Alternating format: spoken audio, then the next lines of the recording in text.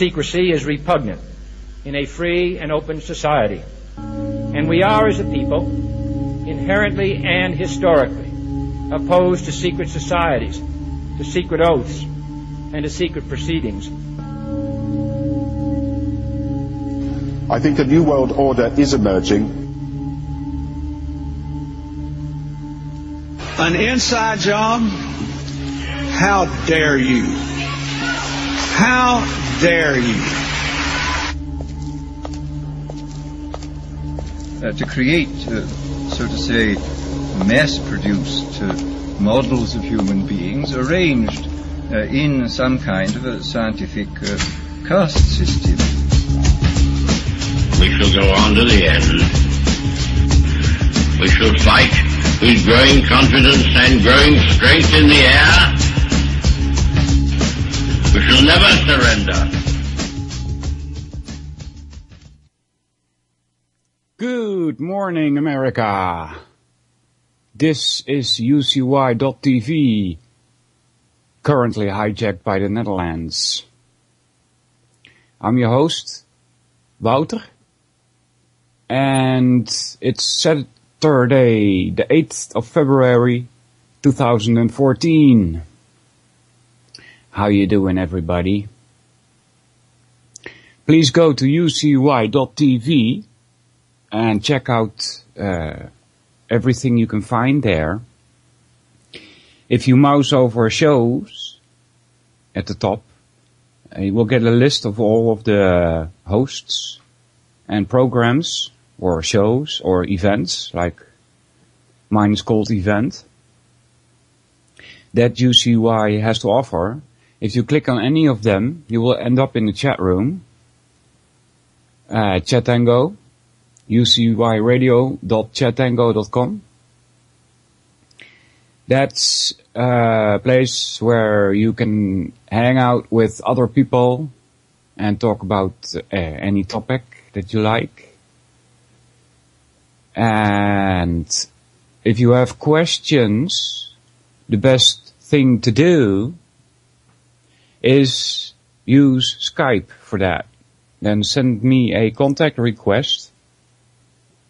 You can do that while I make radio here. Or later, doesn't matter. And I will then add you to contacts, and you can text me your question. It doesn't have to be on topic.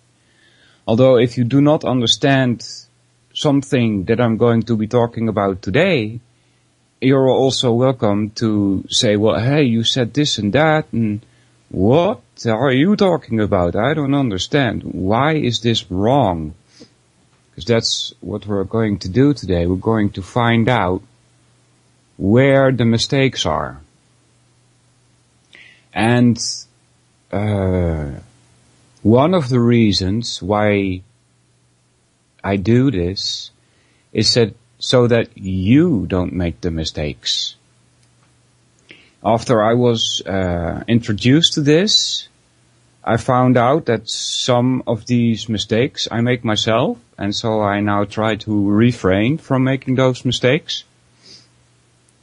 Not making these mistakes will help clear your mind,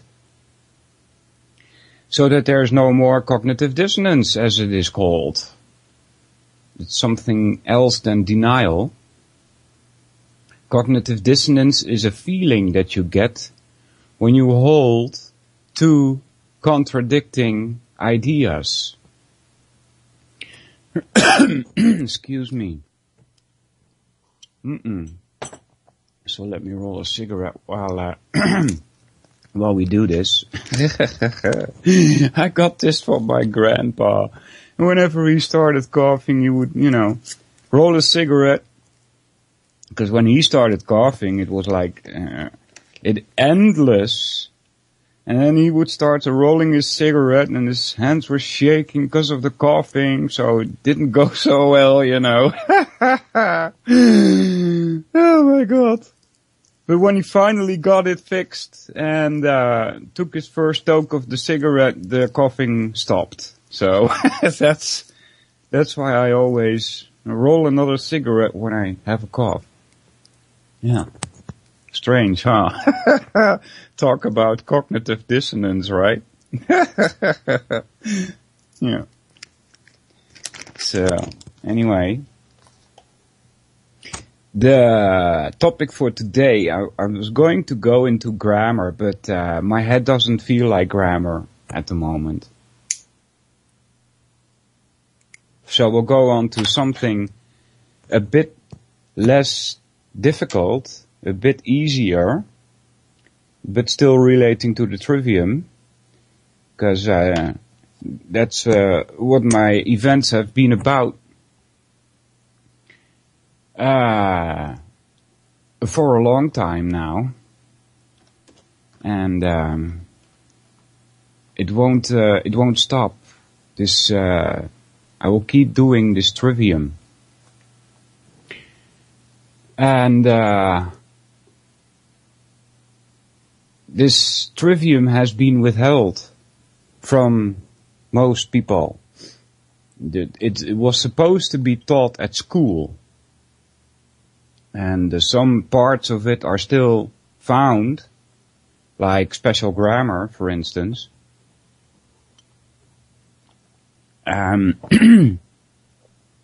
But that's one of the less important things of the trivium.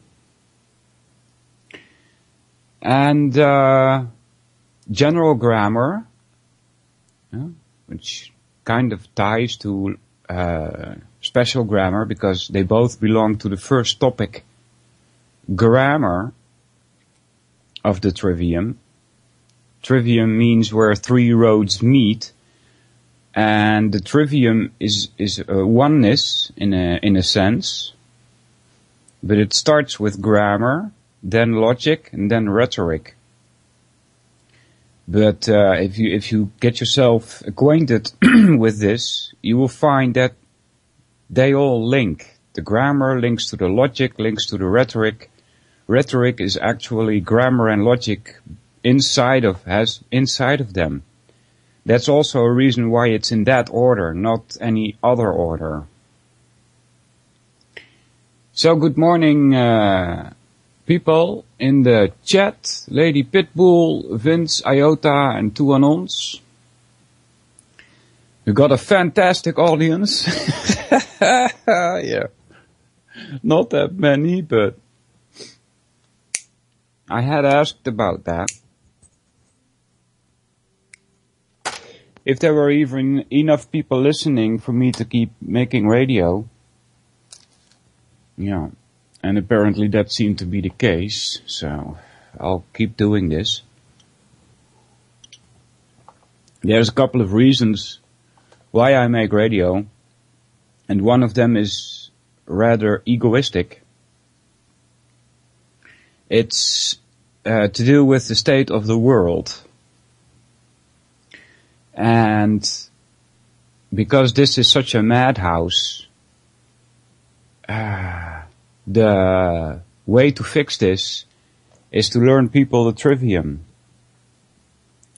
so that they won't get caught in the madness. And the more people that are not getting caught in the madness, the more people will stop participating in it, and the world will become sane again. So, but we need a lot of people for that, like millions. It's spreading though, it is, it really is. Because once you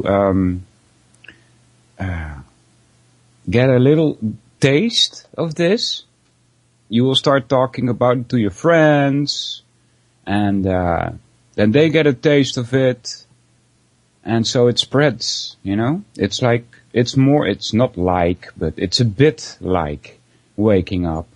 You can't shut up about it. Usually. I had that a long time anyway. And I still talk to my neighbors and stuff and try and get some consciousness in there. That's what it is, right? It's a consciousness, this waking up. The word aware and conscious tie. And the word aware and awake also. So, the more aware people are of what's going on, the bigger your consciousness is, the bigger your consciousness is, right?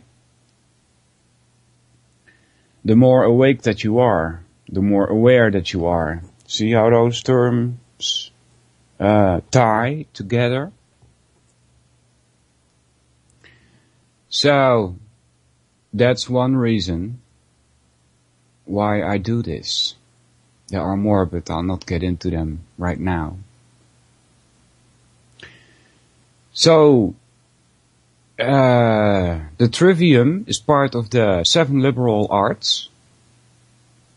We will not get into the quadrivium. Quad is 4, 3 is 7, so there you have your 7.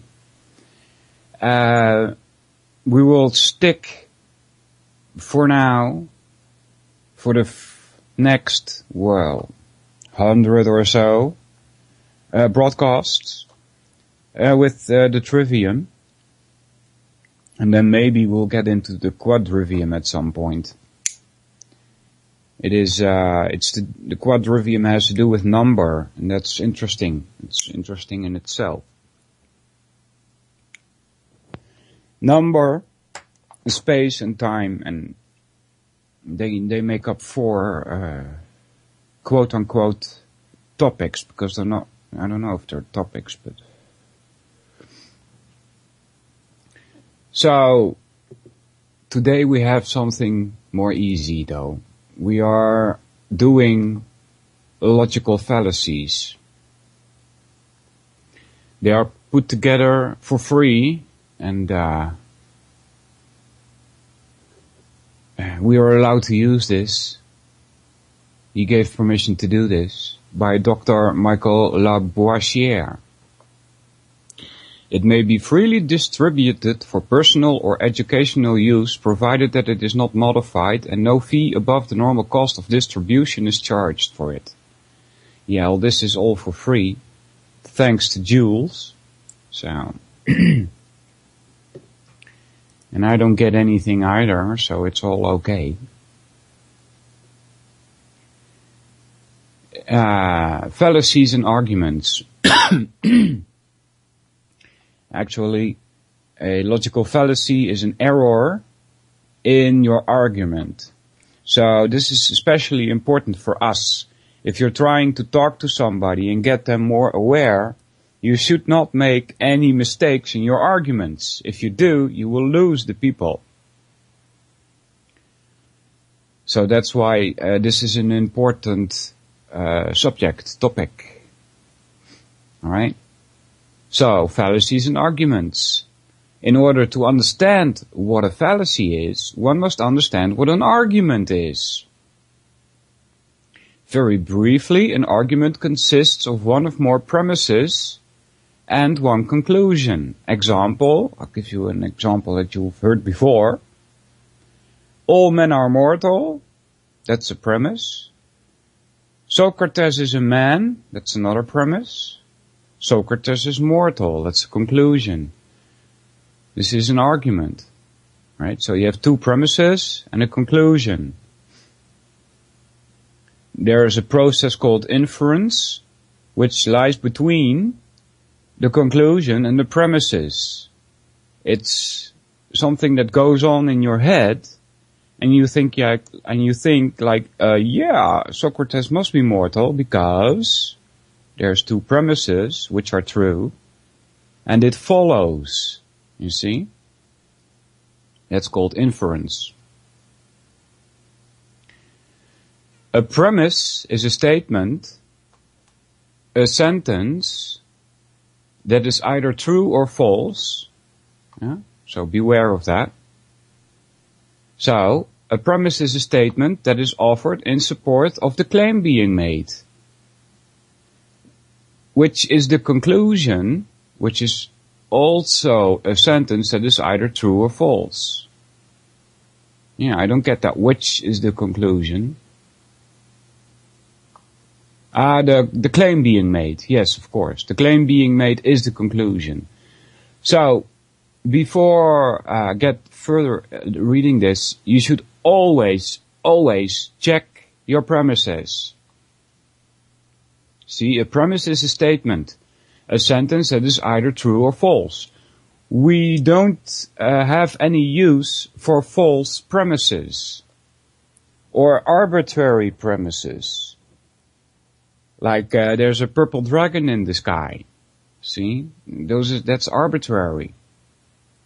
I do not offer any proof or arguments for the fact that there is a purple dragon in the sky. So that's useless. So make sure your premise is correct. That's helpful. So, a premise is a statement that is offered in support of the claim being made, which is the conclusion. And the conclusion is also a sentence that is either true or false. Okay, so we have no use for false conclusions. And that's where it gets tricky, because it may be that your premises are true, but your conclusion is not. Even though in the conclusion there is a fact stated. I give you an example. All men are mortal. That's premise 1. Socrates is a man. That's premise 2. Therefore my keyboard is black. You see? That doesn't make any sense, does it?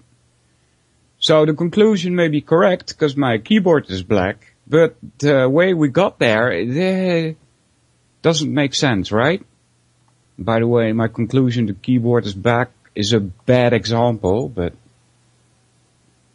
there are ways in which you can have premises that are okay, but conclusions that are not. So be very wary of that. All right. So as I said, if you have any questions, use Skype. Send me a contact request. That is Solvinur. I forgot to mention that. Solvinur. And I will accept your contact request, and then you can type your question.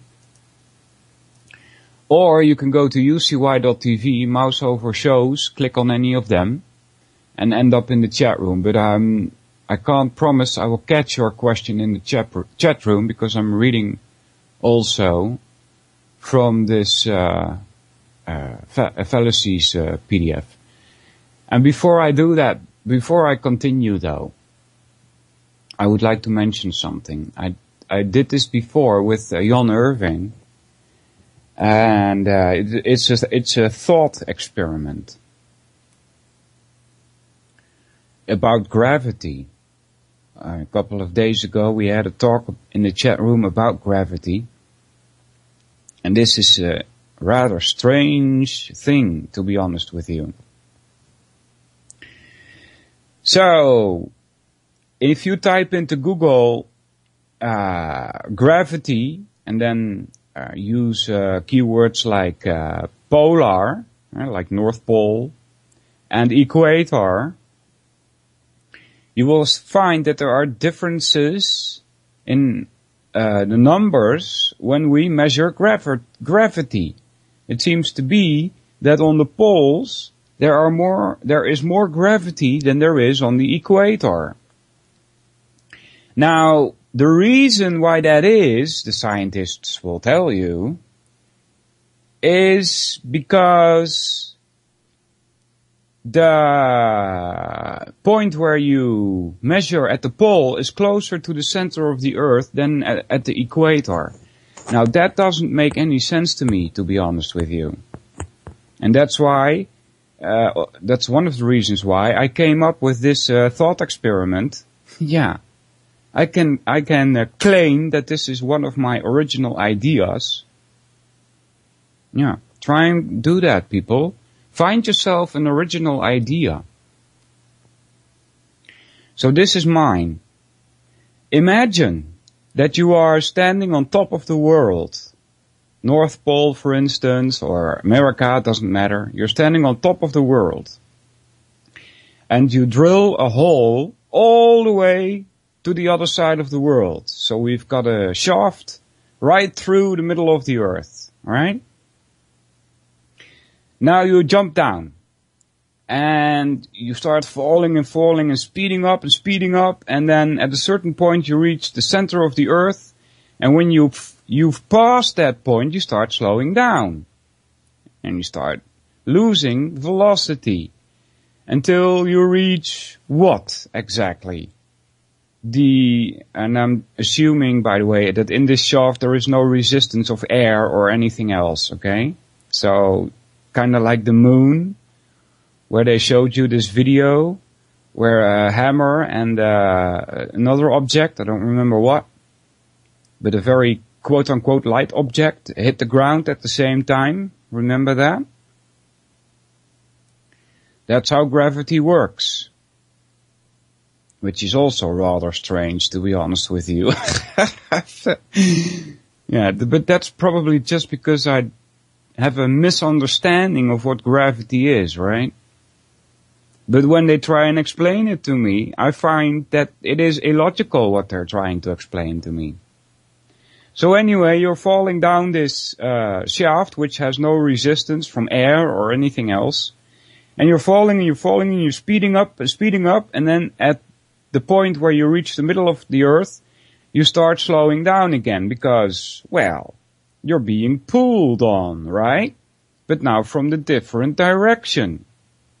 That's what gravity does, right? It pulls you to the earth, right? If you jump up, you come down again cause gravity, right? So the first question is then exactly how far would you fall to the other side of the earth? All the way to the surface, assuming that it's a perfect sphere, which it is not. But it's just a thought experiment, right? Do you go all the way to the surface, or do you not? Do you just like almost reach the surface? If that were the case, there must have been some resistance there, which I just stated there is not. So, theoretically, you would be going up and down indefinitely, right? So that's a question. Another question is this one. Let's say you jump down this shaft, and in the middle of the earth, we've made a platform. And now you land on the platform and you're standing in the middle of the earth. Now, if you stand on the platform and jump up, how far would you come? Would you jump like a yard, or 2 yards, or 10 yards, or 100 yards? Or would you not even be able to jump, as some people will claim? Right? They will say, well, gravity is too big there. Really? What's pulling at you then, at the center of the earth? What would be pulling at you? Doesn't make sense, does it? As far as my thinking goes, there is no gravity there at the center of the earth. But apparently that's kind of a strange idea to be holding. Right? You would probably feel like the gravity of the sun or the moon. Right? Those would be the two objects most felt. Maybe also other outer planets. Because at school they tell you, well, gravity reaches indefinitely. It goes weaker and weaker, but even at the edges of the universe, that's what they tell you, right? Because they say, well, even at the edges of the universe, well, they don't even know if there are any edges of the universe. I mean, go check the Hubble Deep Space photos that are available. Do you see an edge there? There isn't. It's more galaxies, what you see. Like 14 billion light years away. So, but they claim that even at the edges, there is gravity, because gravity is indefinite, even though it grows weaker and weaker the further away you are from the object that is giving you gravity. Okay? So that's a nice thought experiment to play with. So, welcome people in the chat. And I mentioned a couple of listeners. Iota, welcome listener. Vincent and Hecti have joined. Welcome people. So, let's get into the fallacies, shall we? There are two main types of arguments. Deductive and inductive. Yeah. And we will get into that also at a later point. If you want to learn more about deductive and inductive reasoning, you can type into Google, type into YouTube, Gene O'Denning, and then Trivium, or grammar, logic, something like that.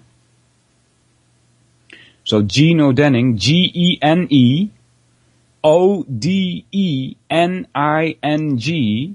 and you will find the YouTube there. With, one of them has a white horse on it. And that's the one where I interviewed him. And he goes on about deductive and inductive reasoning. And he explains it very well, among other things. That's a difficult one though. I have another one. There's more on my YouTube channel. I've got two. The one I just mentioned is on Soul Brender. There's also another YouTube channel. I believe it's called Solvinur 1. And you can find more trivium there. There are other people that have interviewed Gene O'Denning. So check out what he has to say about it. He does it way better than I do. So two main types of arguments, deductive and inductive.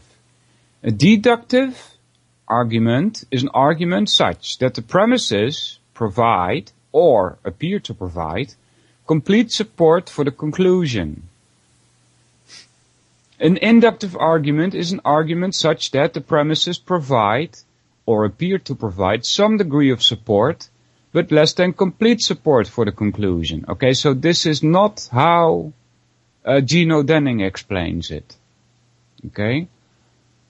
Deductive reasoning is building up a thought.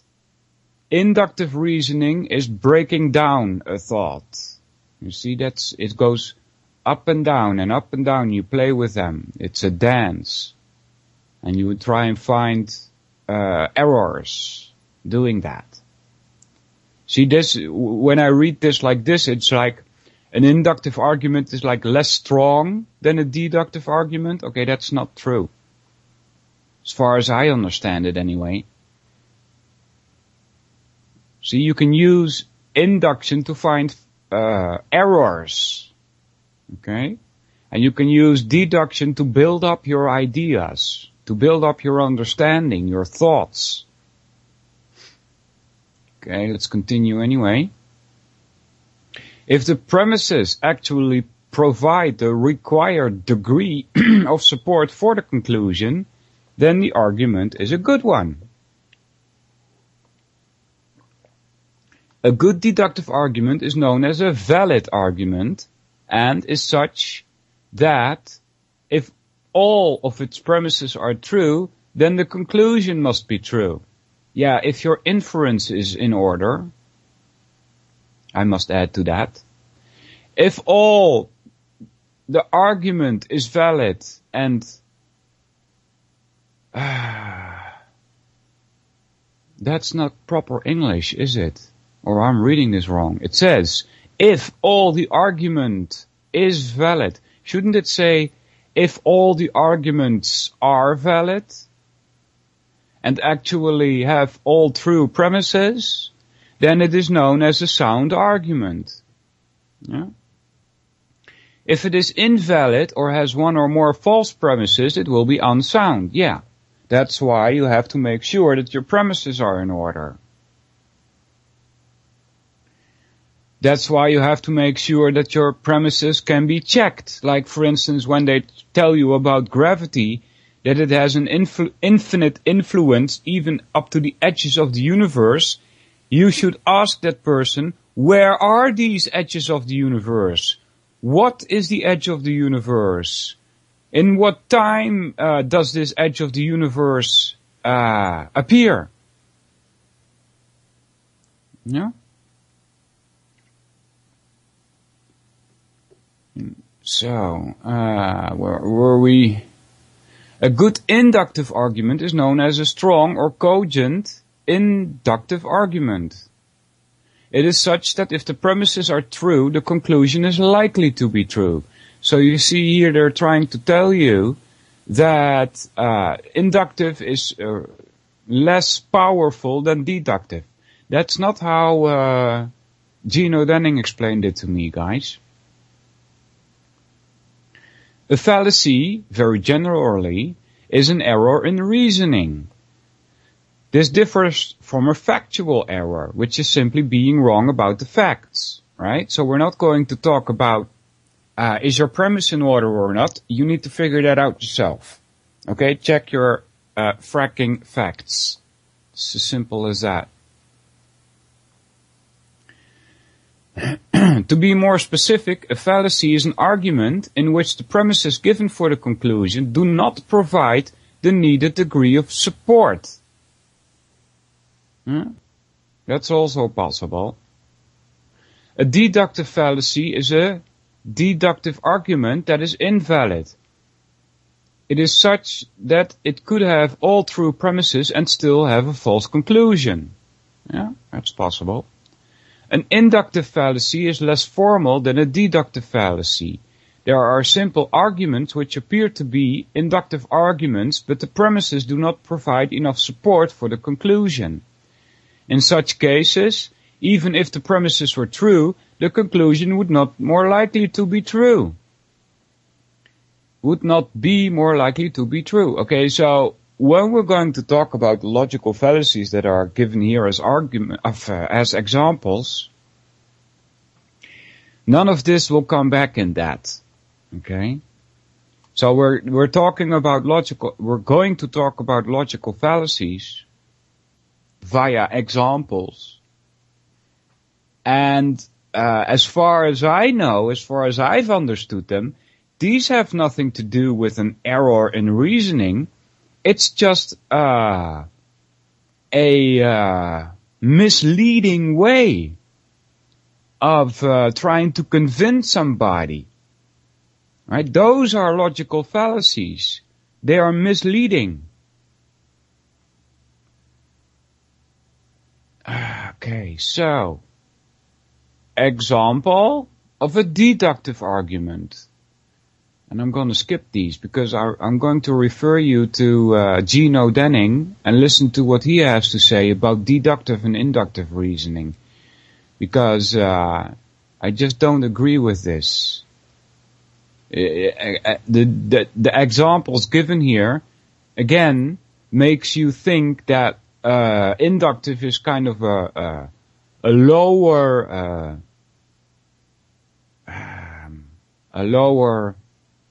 kind of way to get to your conclusion.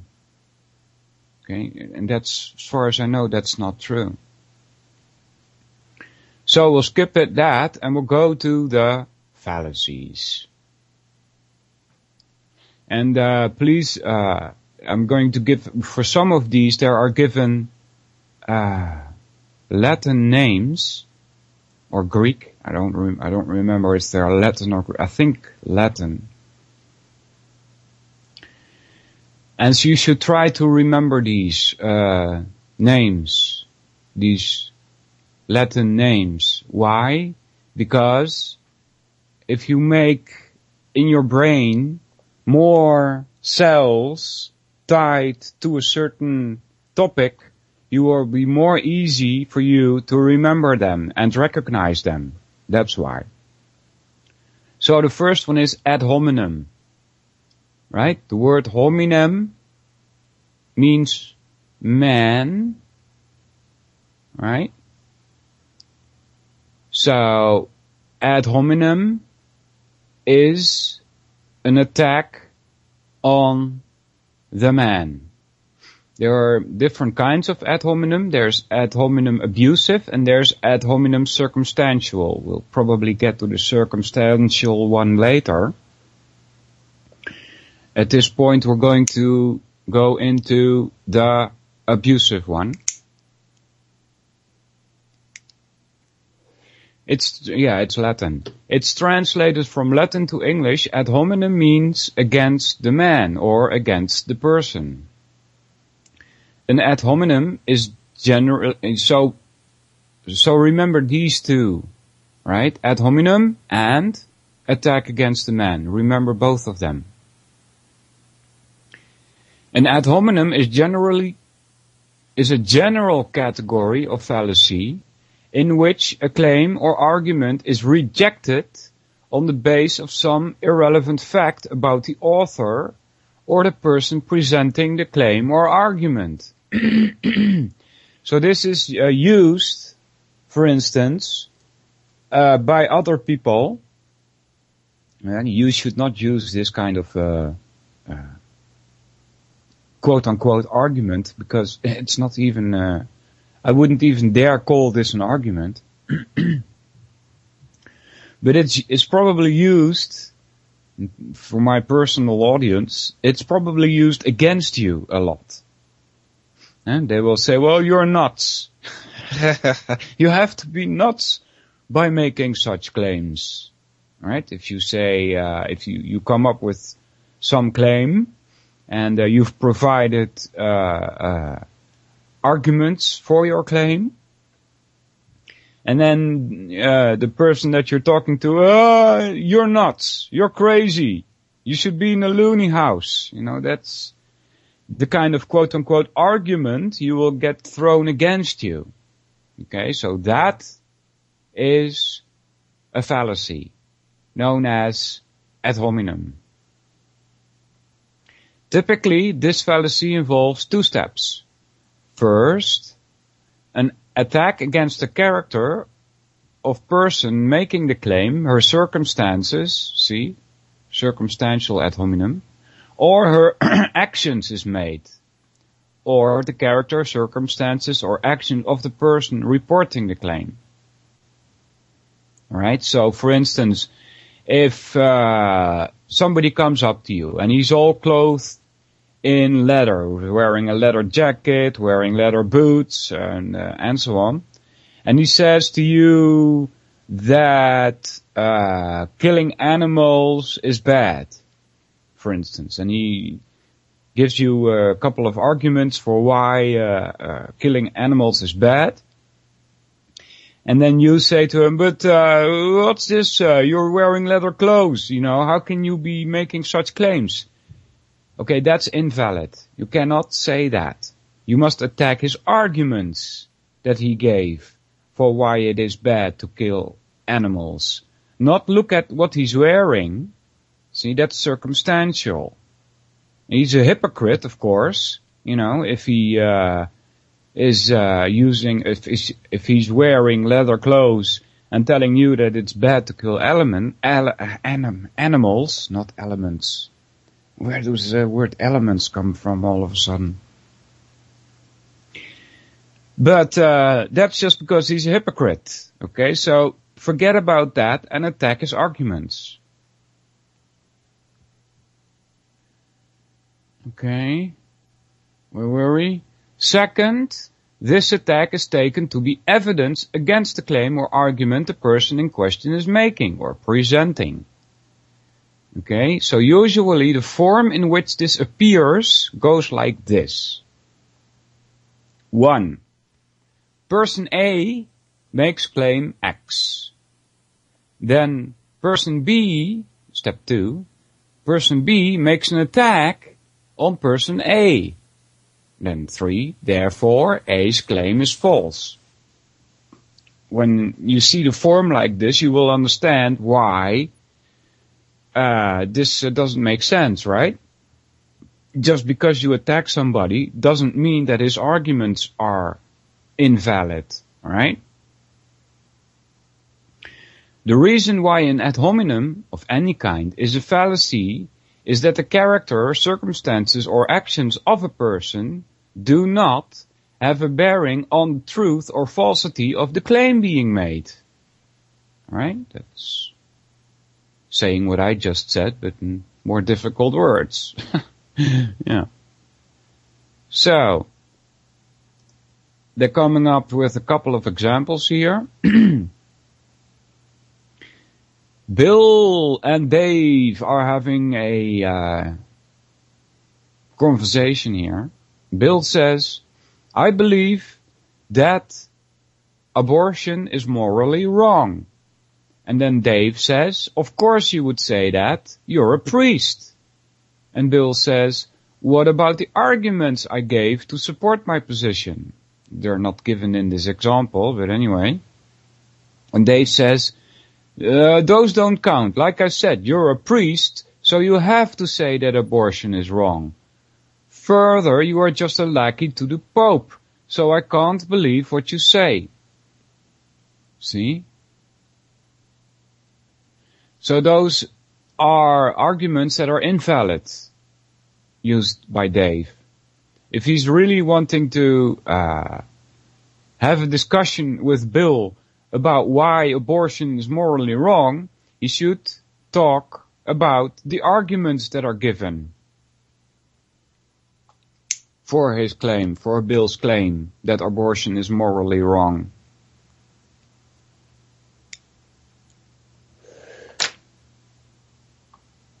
Some of these examples have rather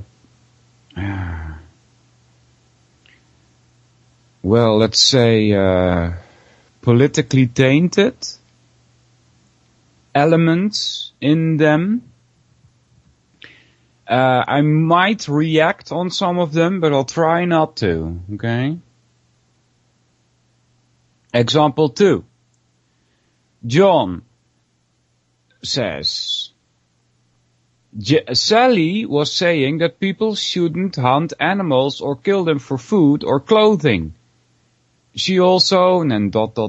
And then Wanda interrupts, well, Sally is a sissy crybaby who loves animals way too much. And then John says, so? And then Wanda says, that means she is wrong about the animal stuff. Also, if we weren't supposed to eat them, they wouldn't be made of meat. Okay, that's a very bad argument. Yeah. If you weren't supposed to eat them, you wouldn't be made of meat. That doesn't make any sense. So, but she's attacking Sally here, calling her a sissy crybaby, you see? And Wanda is also claiming that Sally loves animals way too much. Those are not arguments that would refute the claim made by Sally, who says that people shouldn't hunt animals or kill them for food or clothing. That's her conclusion, Sally's conclusion. She must have some arguments for these, which are not given in the examples again.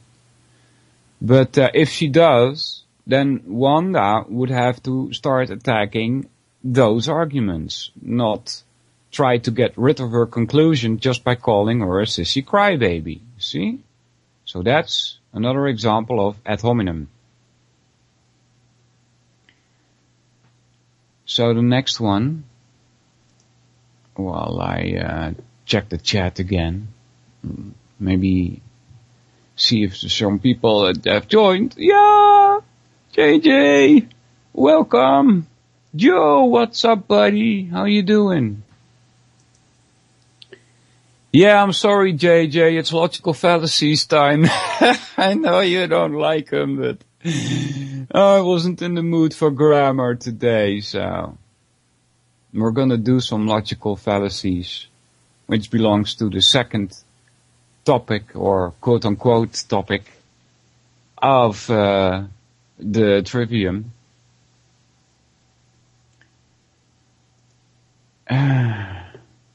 Next one is ad hominem tu quoque, or something like that. Ad hominem, A-D-H-O-M-I-N-E-M, and then tu, that's T-U, and then quoque is Q-U-O-Q-U-E.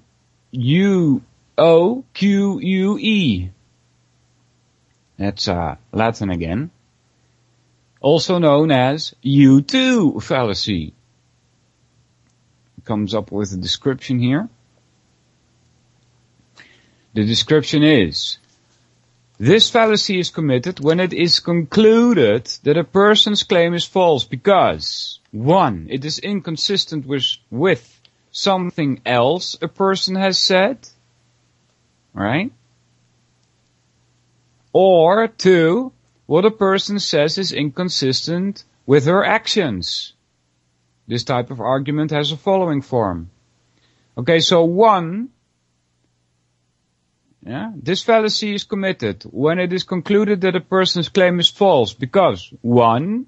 It is inconsistent with something else a person has said. Okay, what you can do there is point out the inconsistency. There's nothing wrong with that, as far as I'm concerned anyway. That's not a fallacy. That's pointing out the doublethink in somebody else's mind. Okay, there's nothing wrong with that. You should do that. But that you point out doublethink in somebody else's mind doesn't mean that the claim you are pointing at is wrong. So keep that in mind. You should get rid of the contradiction though. Because that is like a contradiction, right? It is inconsistent with something else a person has said. It says a person, not even the same person. But if it's the same person, then you can simply point out the contradiction. And that should be enough to shut the person up and start reorganizing his mind before he speaks again, alright?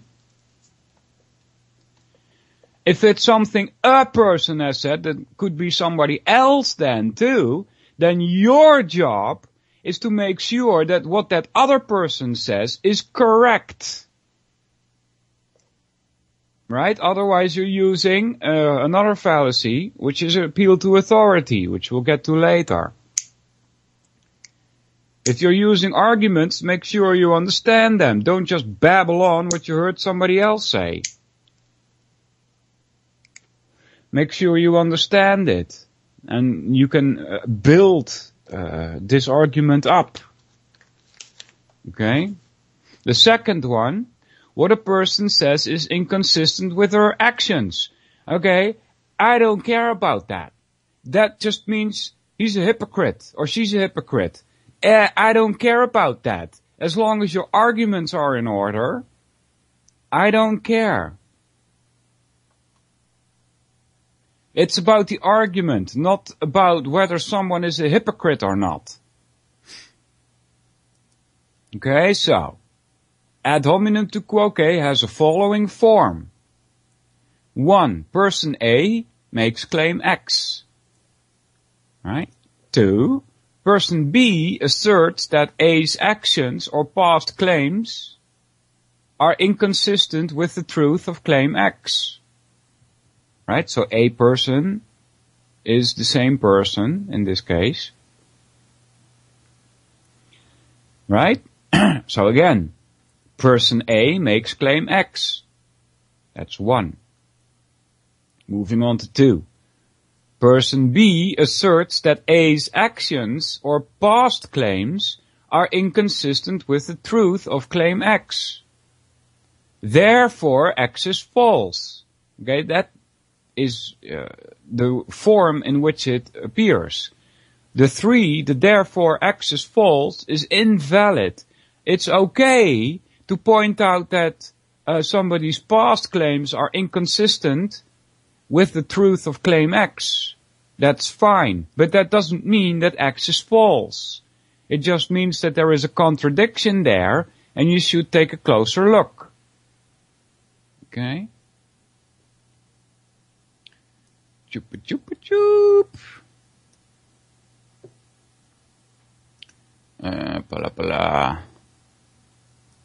Clicking some things here. Example.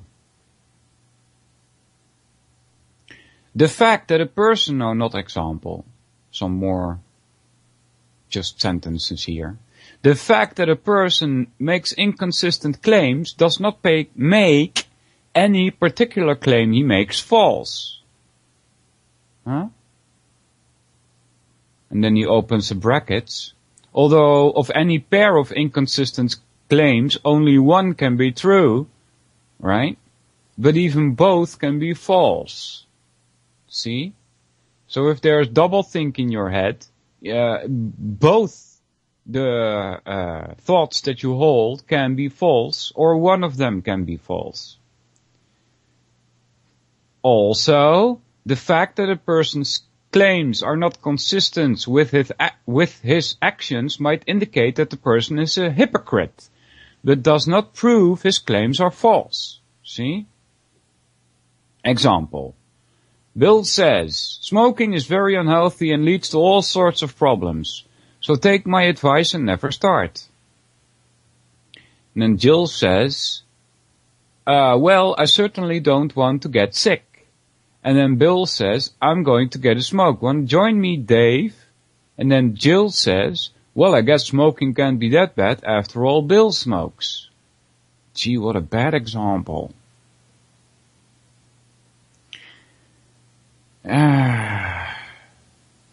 Bill is just a hypocrite.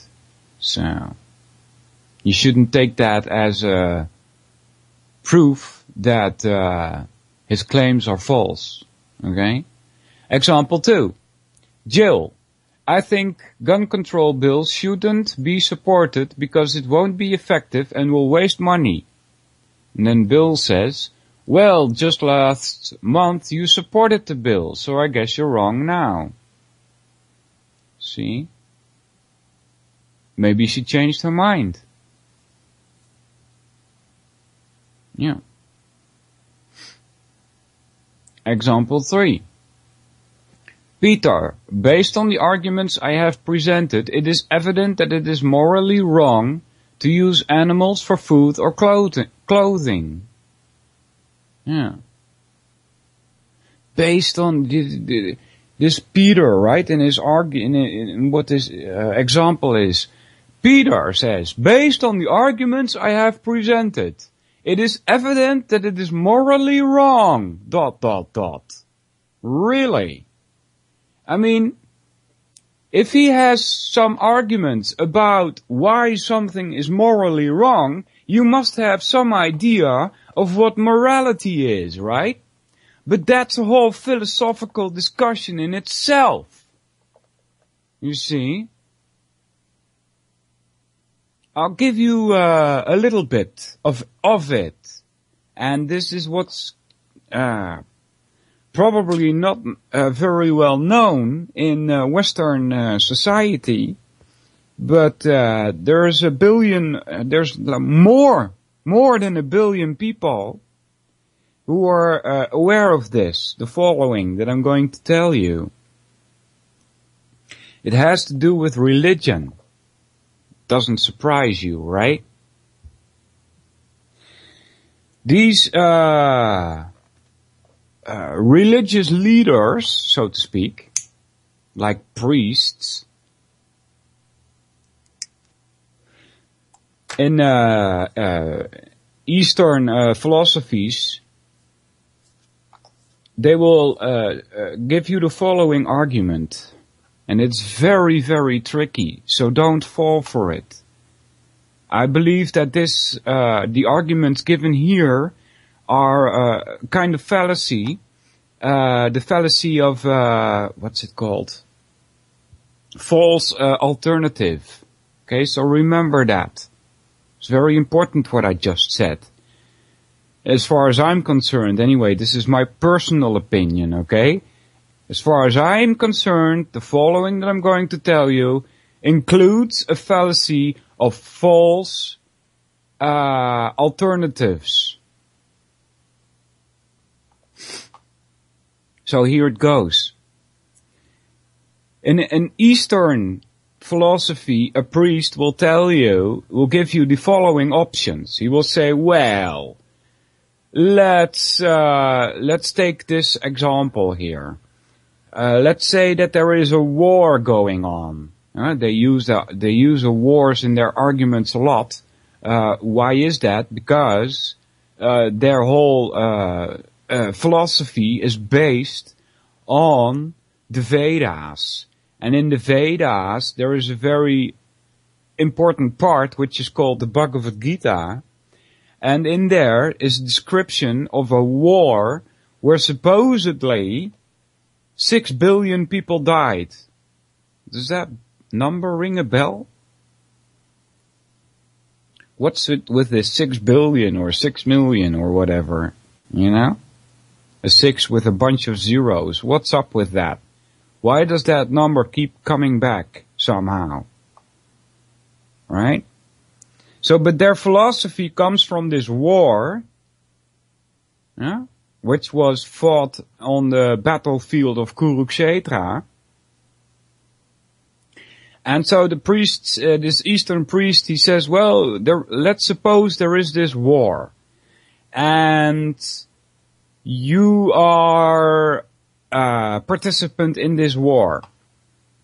And you're going on the battlefield, and the war hasn't started yet. It's the first day of the war. And you go on the battlefield, and on the battlefield you meet your enemy. And you can see your enemy.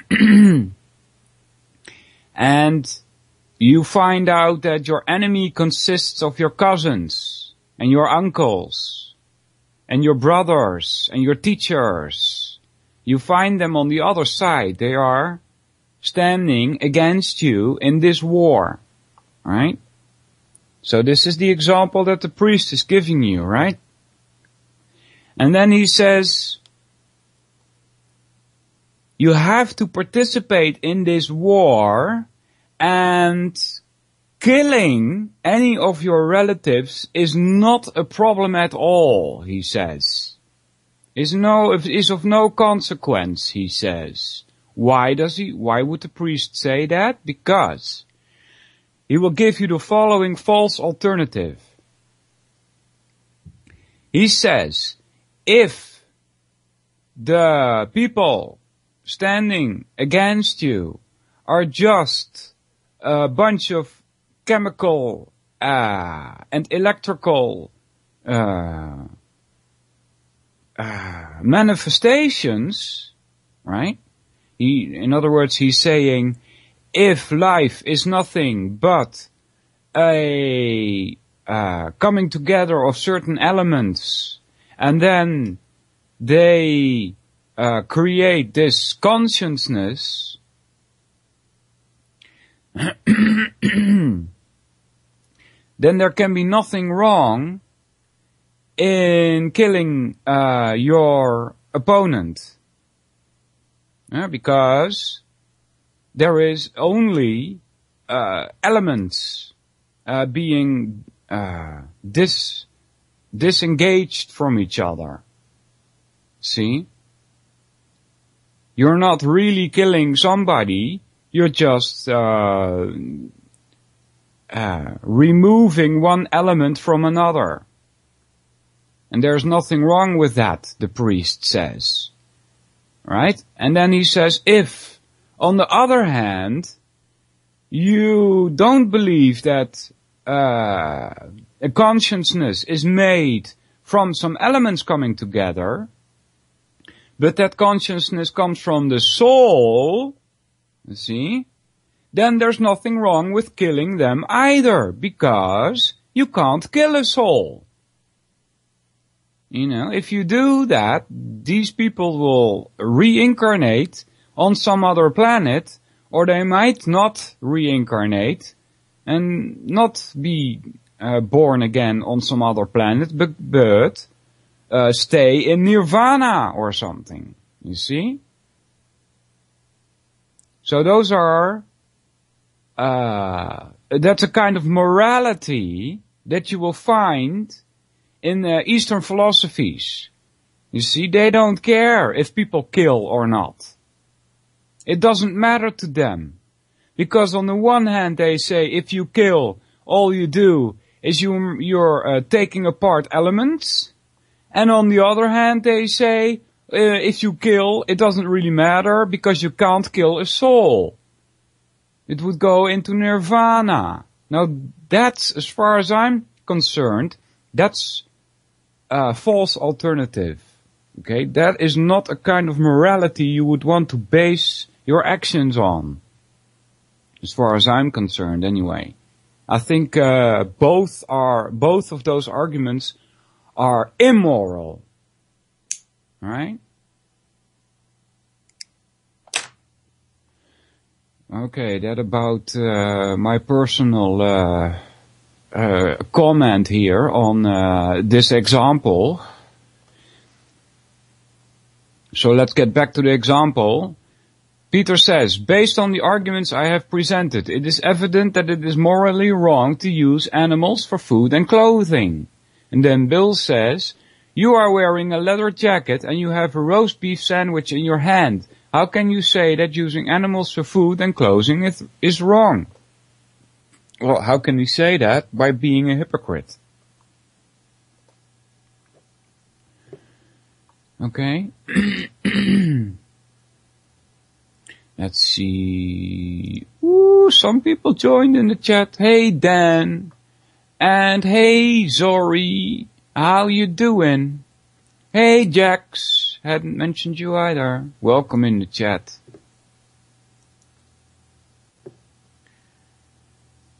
Where were we? So again, if you have any questions about these examples, send me a contact request via Skype. That is Solvinur, S-O-L-V-I-N-U-R. And I will accept your contact request and you can type your question in there. You could type it in the chat, but the chance that I see it is very small. The next one is appeal to consequences of a belief. Unfortunately, there's no Latin name for this one. So, appeal to consequences of a belief. Description. The appeal to the consequences of a belief is a fallacy that comes in the following patterns. 1. X is true because if people do not accept X as being true, then there would be negative consequences. Yeah.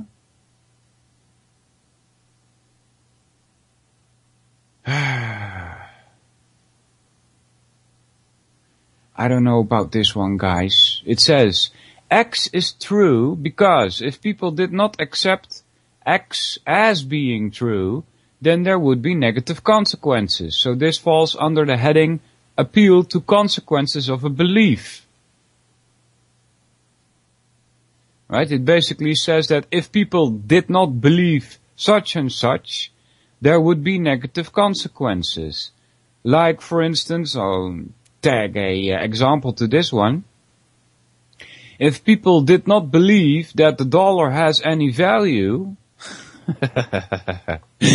there would be negative consequences. Right? I don't know if this example goes with the territory here, but number 2. So number 1 is X is true. Now we go to number 2. X is false. Because if people did not accept X as being false, then there would be negative consequences. 3. X is true because accepting that X is true has positive consequences. Right? Like the example I used with the dollar.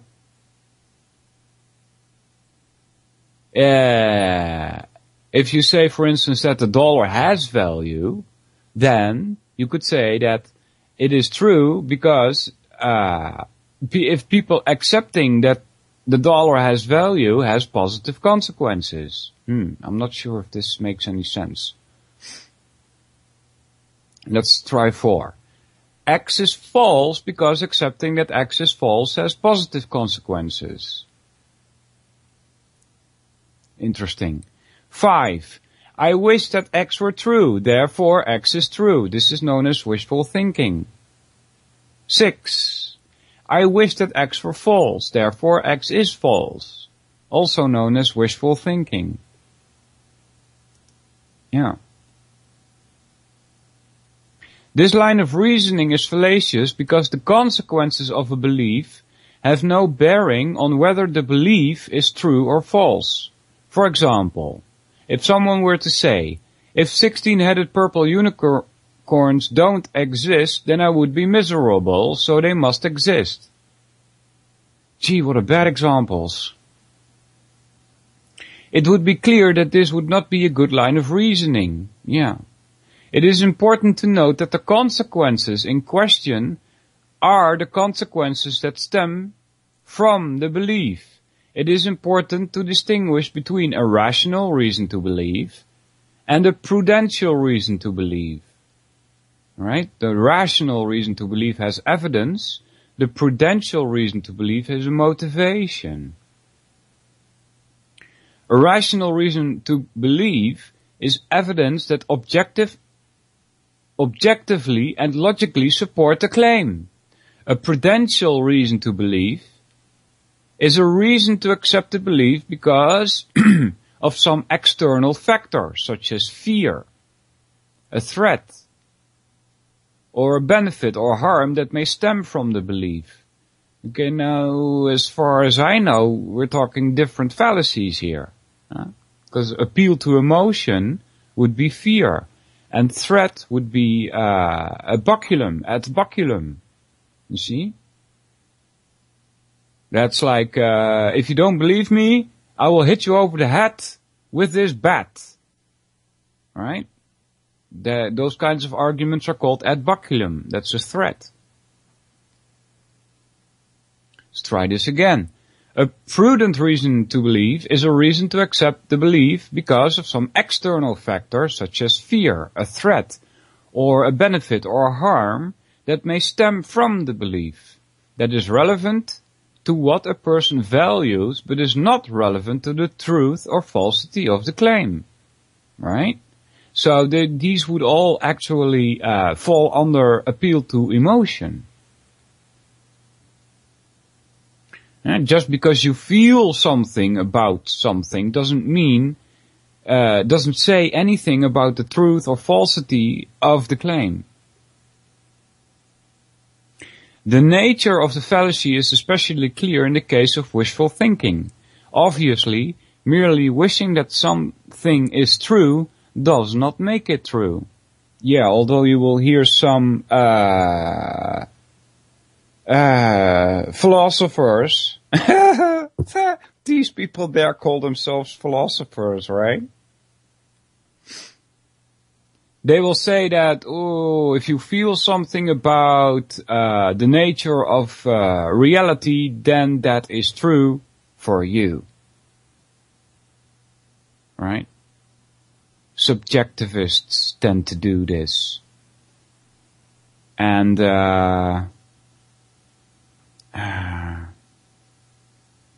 mystics also. I wiped the floor with these people. Yeah. Using Socrates' arguments. It's awesome. The nature of the fallacy is especially clear in the case of wishful thinking. Obviously, merely wishing that something is true does not make it true. Yeah. Right? That's the same that when I say reality or truth or existence is what it is, regardless of what you think or feel about it. So, how you feel about things or how you think about things does not affect reality. It only affects the way you see reality. Alright? This fallacy differs from the appeal to belief fallacy in that the appeal to belief involves taking a claim that most people believe X is true to be evidence for X being true. Yeah, that's appeal to belief. Okay. We're just going to go into some of examples now. Example 1. God must exist. If God did not exist, then all basis for morality would be lost and the world would be a horrible place. Okay? So, what's wrong with this argument is that he says that God must exist. Okay? So, fine. Alright? If that's your axiom, great. But you cannot make the claim that God exists just because if he didn't, then there would be all kinds of trouble. You know, that is not an argument for your claim that he must exist. You see? Example 2. It can never happen to me. If I believed it could, I could never sleep soundly at night. Yeah? Does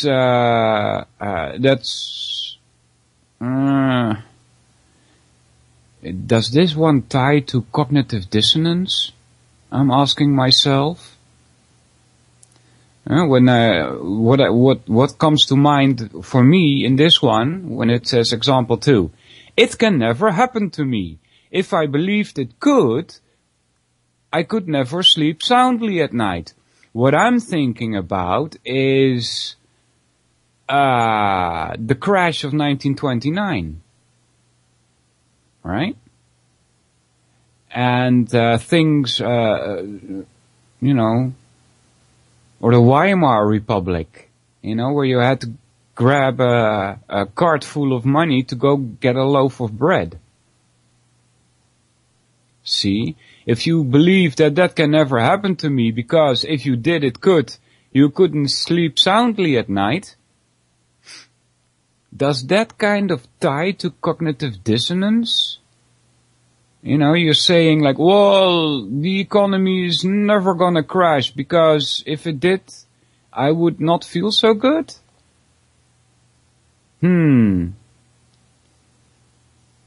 No, it doesn't tie to cognitive dissonance. This is something else. Example 3. I don't think that there will be a nuclear war. If I believed that, I wouldn't be able to get up in the morning. Yeah? Okay, that's a bad argument for believing that there will not be a nuclear war. Example 4. I acknowledge that I have no argument for the existence of God. However, I have a great desire for God to exist and for there to be an afterlife. Therefore, I accept that God exists. Yeah? So first of all, and I can't refrain from commenting on these examples again.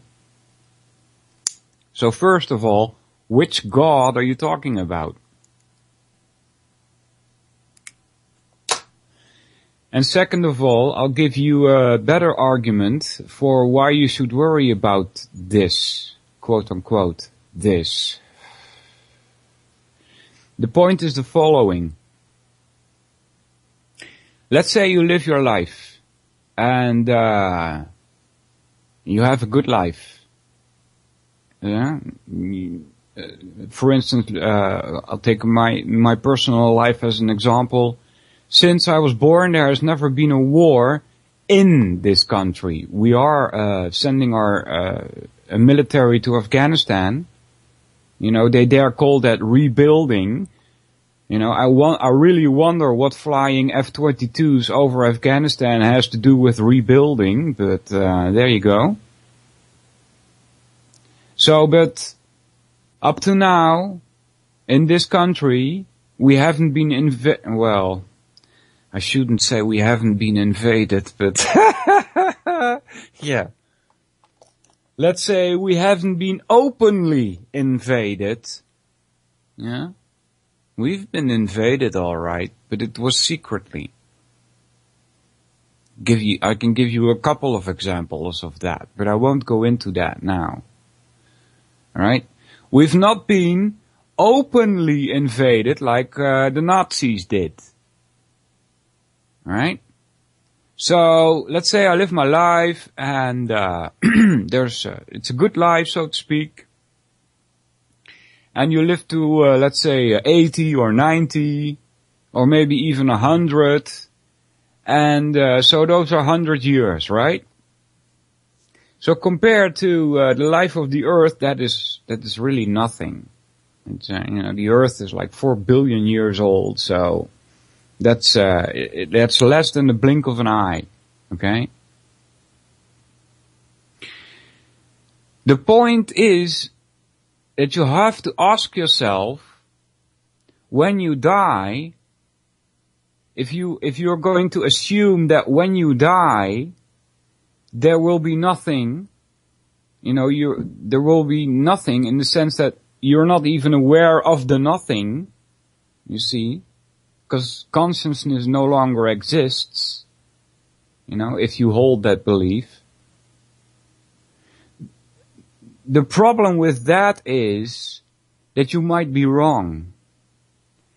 And then, when you find out that you were wrong, after you die, you're gonna be pretty surprised and pretty astonished and pretty confused. So in my opinion, it's better to prepare yourself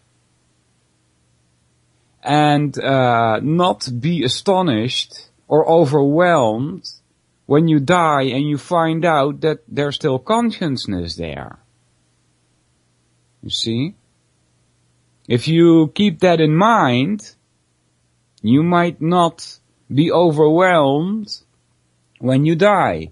And the good thing about this is that if you were correct that when you die that there's nothing and you're not even aware of that nothing because there is no consciousness there, well then it doesn't matter, does it? You know, it doesn't matter that you believed that you might still have a consciousness left. It doesn't matter. Because you're not even aware of the fact that you did believe that you had a consciousness left. So you can't be sorry for that. Now, beware though, you shouldn't use this line of reasoning to believe that there is consciousness left after you die. Because, why? That will give you a excuse for killing somebody. Okay, and that's, as far as I'm concerned, that's illegal. Yeah, illegal. It's, let me put it this way, it's not done. It's immoral to think that way. Okay, so keep it personal. Keep it for yourself. Don't project it to the outside world. Yeah. That's my comments on this example 4. Let's move on to a more simple one. Appeal to authority, also known as fallacious appeal to authority, misuse of authority, irrelevant authority, questionable authority, inappropriate authority.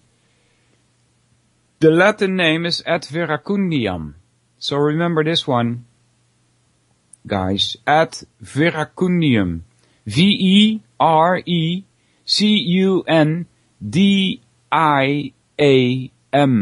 ad veracundium. It means appeal to authority. The veracundium in Latin probably ties to the English word reference. Okay? Description. Appeal to authority is a fallacy that has the following form. Person A is claimed to be or is an authority on subject S. Then, number 2, person A, who is claimed to be an authority on subject S, makes claim C about subject S. 3, therefore C is true. This may not sound like a fallacy to you, and we'll get into it why it is. And I'll tell you right now that sometimes it is not a fallacy. Okay, if you have, if an authority comes to you and he presents himself with a name, and he presents himself with expertise in the field, and he presents himself with peer-reviewed papers, and so on, and he presents a claim, and he can explain it to you in simple terms, and you understand. See, there are a lot of things here.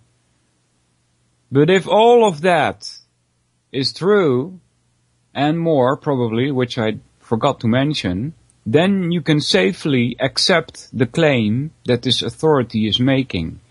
In most cases, however, today, the authorities are, well, flawed, to say the least. Especially when you read in a paper, or when you hear somebody say, well, this expert says that, ... And then you say, what expert? Who is this expert? And then they're not even able to answer that, right? Or it isn't mentioned in the article that you're reading. It just says, experts say. Okay, that's appeal to authority. It's called appeal to unnamed authority. Because you cannot check what experts the article is talking about. This expert might be an expert in car repairing. Right? He knows all about engines in cars. And then he starts making claims to you about computers. How they work. Right? The two might be linked to today, because today there's more computers that work with cars than there used to be in the past. But when I went to school, you could be taught everything about cars without even a computer coming into sight. You see? And you could fix the cars without any computer. So you have to find out what the expert is about. What's his field of expertise? How many cars has he repaired successfully? And so on and so on. Okay, this fallacy is committed when the person in question is not a legitimate authority on the subject. Right? Like a TV presentator, for instance. Somebody that reads the news for you on Fox or whatever. They are seen as authorities by a lot of people, because they wouldn't lie to me, right? So that's not a legitimate authority.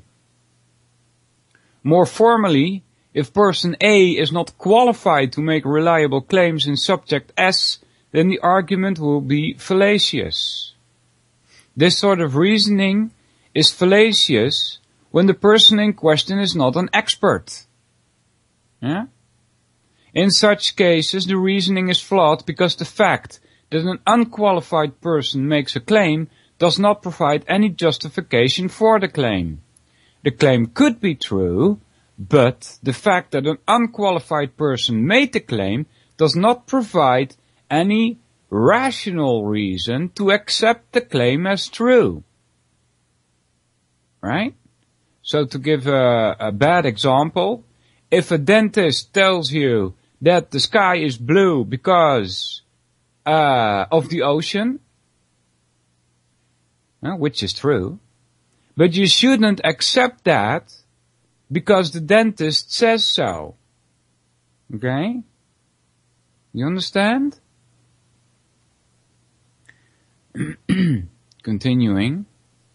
When a person falls prey to this fallacy, they are accepting a claim as true without there being adequate evidence to do so. Did I read that correct? I'll try it again. When a person, I read that correct.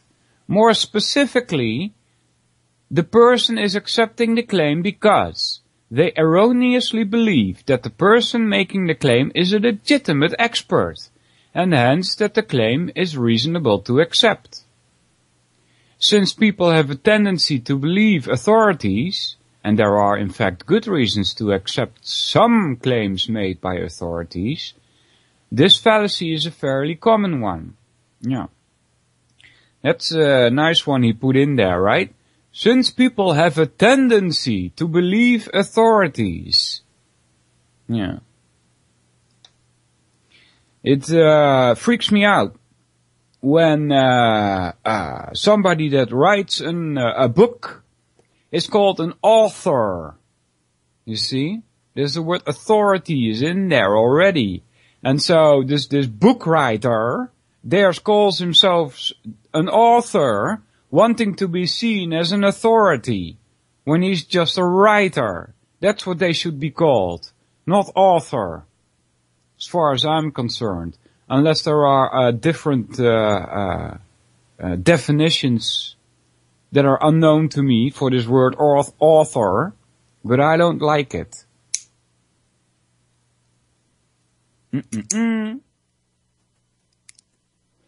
Why don't I like it? Because any fool can write a book. And people have been indoctrinated to believe almost anything that they are being told. They don't check their facts. They don't look for arguments. So you can tell them almost anything and people will believe it. Because they have, as he says here, a tendency to believe authorities. That's because they have been untaught how to think for themselves. Right? That's also what the trivium is about. It's about you thinking for yourself, which is a natural way of what humans are. But since you've not been taught the trivium, it's been hidden, it's been suppressed. And that is the reason why people tend to believe authorities. Because they don't think for themselves. Continuing, since this sort of reasoning is fallacious only when the person is not a legitimate authority in a particular context, it is necessary to provide some acceptable standards of assessment. The following are widely accepted standards. 1. The person has, and so we're now going to talk about when you're not committing this fallacy, appeal to authority. 1. The person has sufficient expertise in the subject matter in question. Okay? Claims made by a person who lacks the needed degree of expertise to make a reliable claim will, obviously, not be well supported.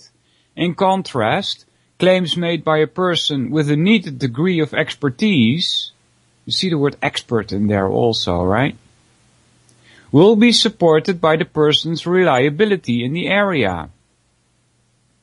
Determining whether or not a person has the needed degree of expertise can often be very difficult. Yeah, exactly. Because how would you know if somebody is an expert on a certain topic if you yourself have no knowledge about the topic? How would you be able to tell if this other person is an expert in it? See? In academic fields, such as philosophy, engineering, history, etc., the person's formal education, academic performance, publication, membership in professional societies, papers presented, awards won, and so forth, can all be reliable indicators of expertise. Really? So, I don't agree with what's being said here. I mean, seriously. I'm a philosopher, right? And I wipe the floor with Plato, who is accepted as an authority. And I haven't had a formal education in philosophy. And still I wipe the floor with him. See? Another thing, history he mentions. Seriously? So, what has been handed down from the past, and how far you've studied that, says something about the claims you make? Excuse me? That doesn't make any sense at all. We're living in the now, not in the past. Whatever happened I don't care what happened in the past. You have to look at the world as it is now. You can't use history to figure out what reality is, in what kind of world you are living. Any claims made by a historian regarding the world that we live in is useless as far as I'm concerned. Yeah. Hold on, guys.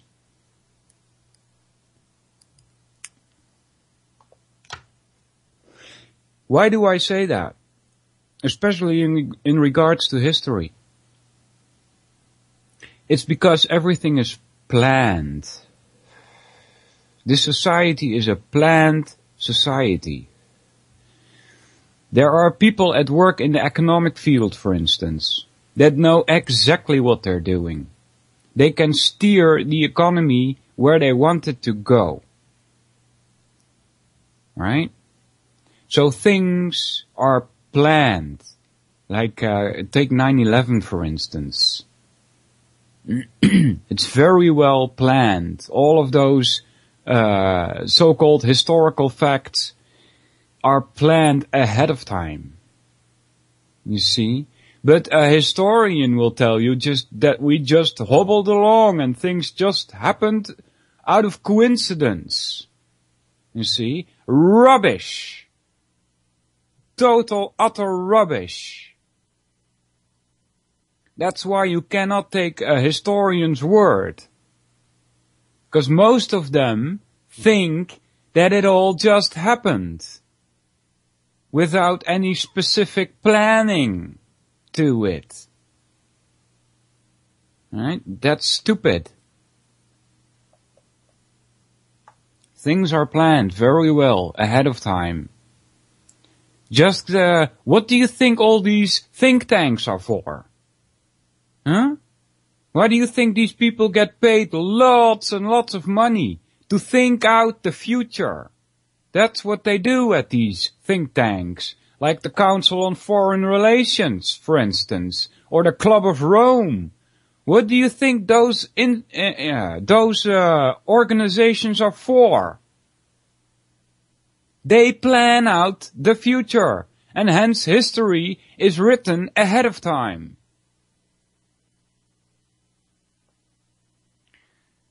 Continuing here. Outside of academic fields, other standards will apply. For example, having sufficient expertise to make a reliable claim about how to tie a shoelace only requires the ability to tie the shoelace and impart that information to others.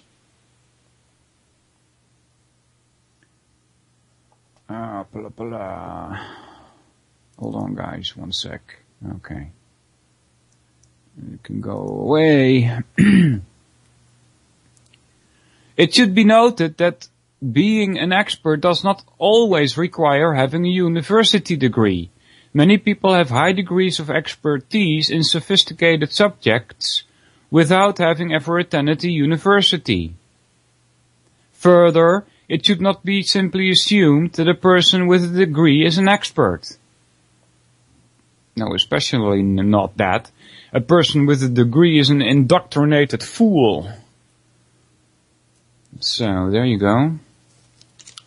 I mean, that's why the trivium is so important. If you don't wish to be a degreed person who is an indoctrinated fool, you should know, at least, know about the trivium. Preferably master it, but that'll take years and years, and a couple of more years. Why? Because with the trivium you will start thinking for yourself, instead of letting other people think for you, and you just regurgitating what you've heard before. Okay, that's what you get a degree for these days. Just regurgitate on an exam what has been told to you. Okay, that doesn't make you a reliable authority. You're a reliable authority when you can support your claims with valid arguments and premises that are in order. Of course, what is continuing here, of course, what is required to be an expert is often a matter of great debate. Yeah. For example, some people have and do, some people have, brackets open, and do, brackets closed, claim expertise in certain, brackets open, even all, brackets closed, areas because of a divine inspiration or special gift. Let me try and read the sentence normally. Some people claim expertise in certain areas because of a divine inspiration or a special gift. Yeah. Mystics have a tendency to do that. The followers of such people accept such credentials as establishing the person's expertise, while others often see these self-proclaimed experts as deluded or even charlatans. Yeah. I mean, usually when you're talking about these people that make claims in a certain area because of a divine inspiration or special gift, usually, I dare say 100% of the times, you can ask them for their arguments and you will be able to debunk them. Not so hard. Most of them, these arguments have no basis in reality. It doesn't have any tie to reality. In other situations, continuing, people debate over what sort of education and experience is needed to be an expert. Thus, what one person may take to be a fallacious appeal, another person might take to be a well-supported line of reasoning. Fortunately, many cases do not involve such debate.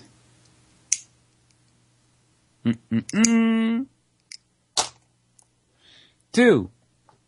The claim being made by the person is within her area of expertise.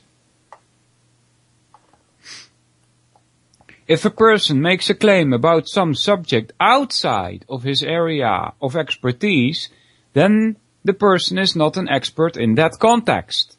Hence, the claim in question is not backed by the required degree of expertise and is not reliable. Right? So even if that person makes a claim that could be true, you should not accept that just because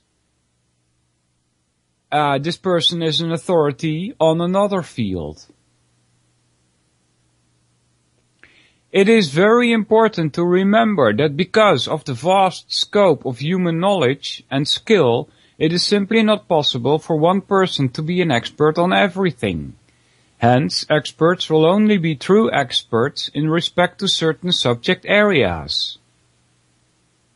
Yeah? In most other areas, they will have little or no expertise. Thus, it is important to determine what subject area a claim falls under. Okay?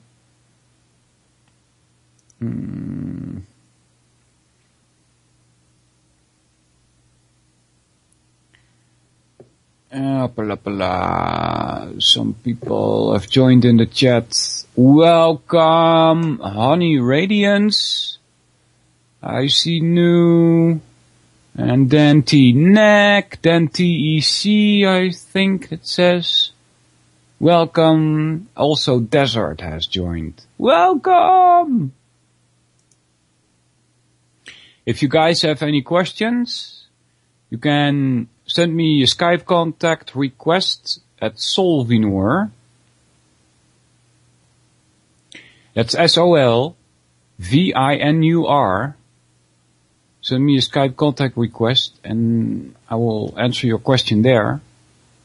You can also email solvinur2@yahoo.com and I will try to answer your question from there.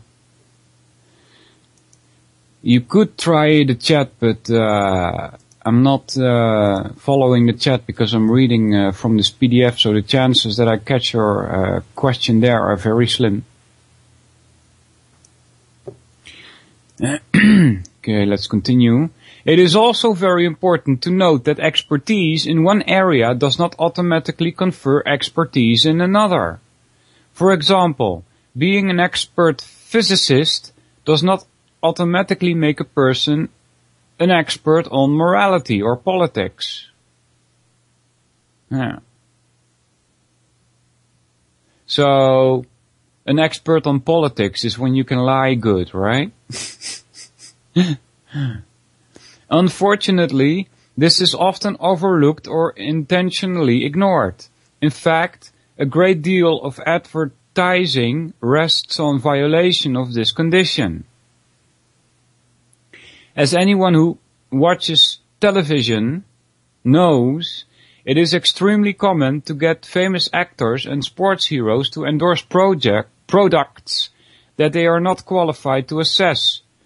For example, a person may be a great actor, but that does not automatically make him an expert on cars, or diets, or politics. 3. There is an adequate degree of agreement among other experts in the subject in question. If there is a significant amount of legitimate dispute among the experts within a subject, then it will be fallacious to make an appeal to authority. Yeah, hi there. Let's try this again. If there is a significant amount of legitimate dispute among the experts within a subject, then it will be fallacious to make an appeal to authority using the disputing experts. This is because for almost any claim made by and supported by one expert, there will be a counterclaim that is made by and supported by another expert. In such cases, an appeal to authority would tend to be futile. In such cases, the dispute has to be settled by consideration of the actual issues under dispute. Since either side in such a dispute can invoke experts, the disputes cannot be rationally settled by appeals to authority. No, you would have to look at the arguments being presented and go from there. There are many fields in which there is a significant amount of legitimate dispute. Yeah. I'll give you an example about these about this one expert against another expert. Hold on, guys. And this is a pretty sensitive topic. So, yeah, be wary.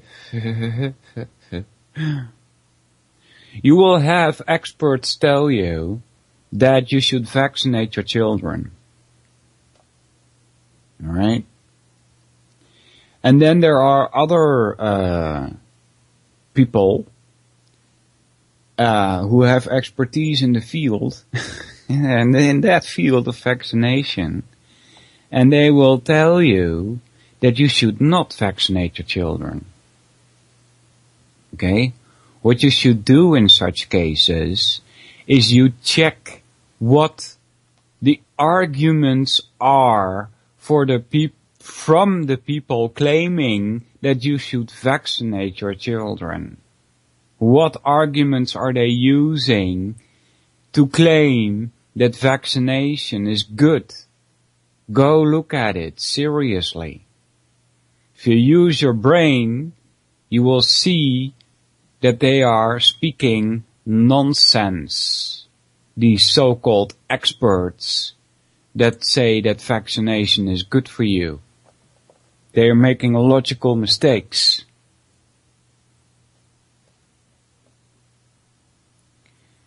There are many fields in which there is a significant amount of legitimate dispute. Economics is a good example of such a disputed field. Anyone who is familiar with economics knows that there are many plausible theories that are incompatible with one another. Really?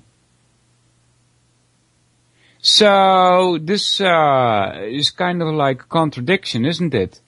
How can there be many plausible theories if they contradict each other, right? The one that is wrong is not plausible, is it? And because there is a contradiction here, at least one of them has to be wrong. So it cannot be plausible, you see? Because of this, one expert economist could sincerely claim that the deficit is the key factor, while other equally qualified individual could assert the exact opposite. Yeah, let's print some more money, right? That'll make sense. That'll increase the value of your currency, right? Another area where dispute is very common and well known is in the area of psychology and psychiatry. As has been demonstrated in various trials, it is possible to find one expert that will assert that an individual is insane and not competent to stand trial, and to find another equally qualified expert who will testify under oath that the same individual is both sane and competent to stand trial. Yeah, bad example. You know, of course, the lawyer that is on the defendant's side will try to say that he's not competent to stand trial. Right? That will get help for his client, right? Supposedly. If you want to believe all this lawyer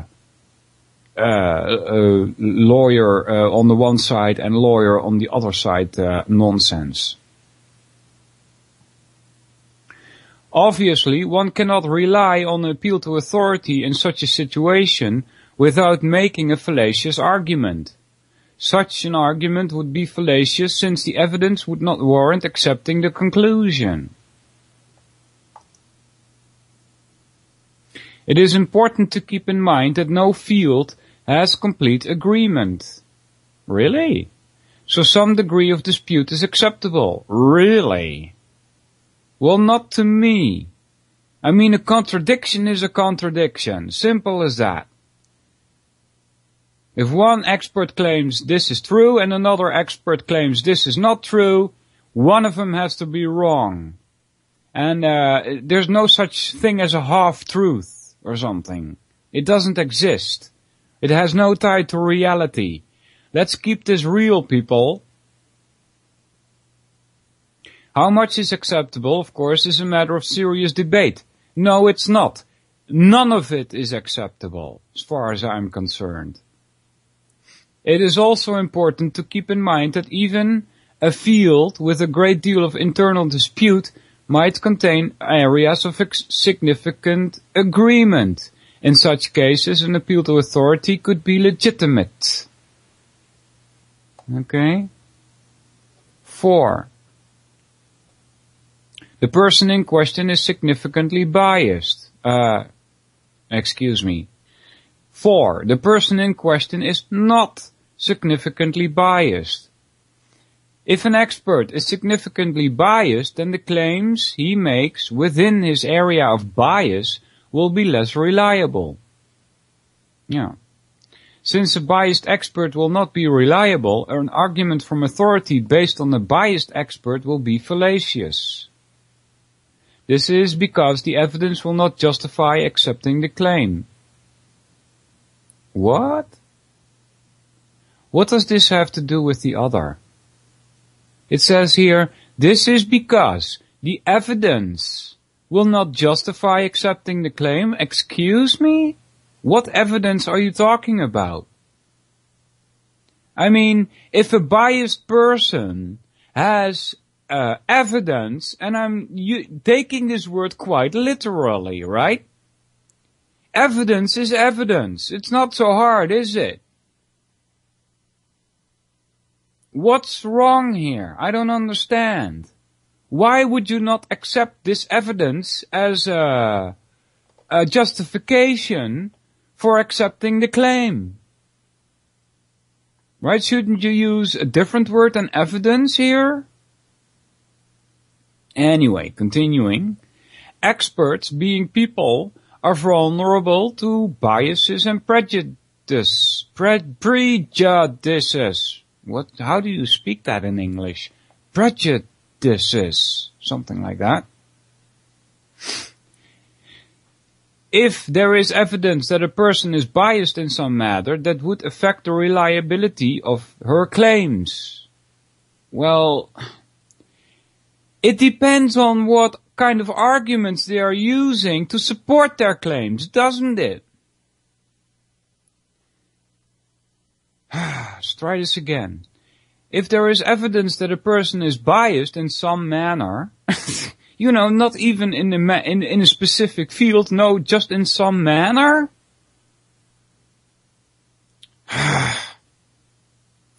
If there is evidence that a person is biased in some manner that would affect the reliability of her claims,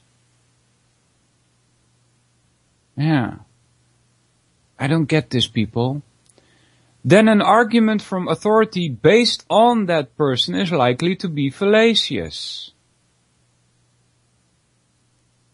I don't get it, people. I mean, you have to look at the arguments being presented here for this specific claim being made. Then see what you can do with it. Even if the claim is actually true, the fact that the expert is biased weakens the argument. Really? This is because there would be reason to believe that the expert might not be making the claim because he has carefully considered it using his expertise. Yeah, that's what you should check.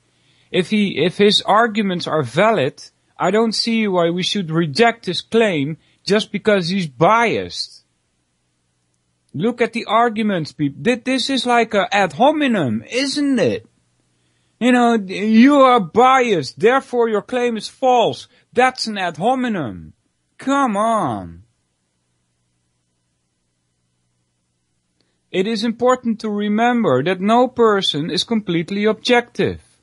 At the very least, a person will be favorable towards her own views. Yeah. Probably. Otherwise you wouldn't hold them, right? Because of this, some degree of bias must be accepted, provided that the bias is not significant. What counts as significant degree of bias is open to dispute and can vary a great deal from case to case. For example, many people would probably suspect that doctors who were paid by tobacco companies to research the effect of smoking would be biased, while other people might believe or claim that they would be able to remain objective. Yeah, right. Look. If a tobacco company hires some doctors to research the fact whether smoking or not is bad for you, the doctors go do their work and they come with their reports and they send these reports back to the tobacco company. How much of those reports do you think that the tobacco company is going to publish? Right? That's where the crux lies, not with the doctors. They're probably honest people in most cases. I mean, that's like, this happened in, years ago.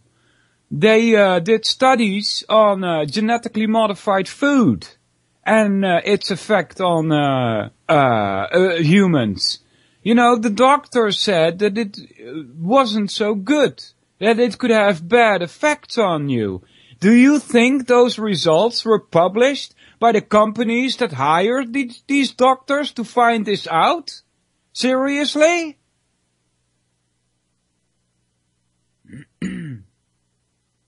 Continuing here.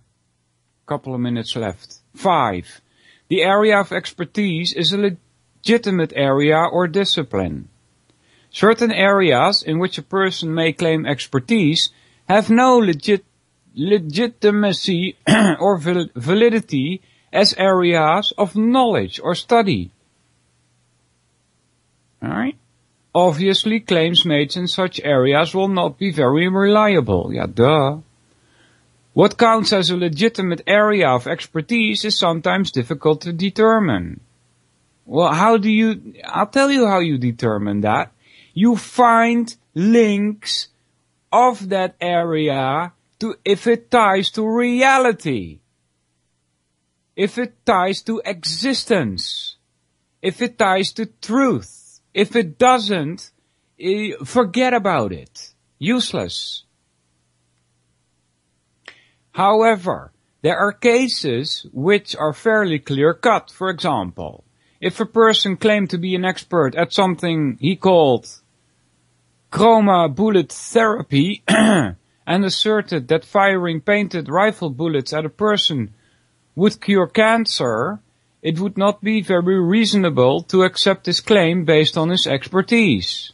After all, his expertise is in an area which is devoid of legitimate content. Okay? The general idea is that to be a legitimate expert, a person must have mastery over a real field or area of knowledge. Okay? I agree with that. Well, I'm stopping it here, guys. It's 58, so the music is gonna come in pretty soon. Thank you all for listening. And the question in the chat is Bob Tuscan still around? Yeah, well, I invited him to come on my show, but no response. He seems to be not interested or very busy. I had him on once to talk about the Trivium, and I wanted him back because he's been acquainted longer with this stuff than I am. I am still waiting on a reply from somebody else, from Tragedy and Hope, Richard Grove, who I hope to get on. And I hear already faintly in the back the tune coming in, so thanks a lot for listening, everybody! I'll see you guys next week. Take care, eh? I think a new world order is emerging. An inside job?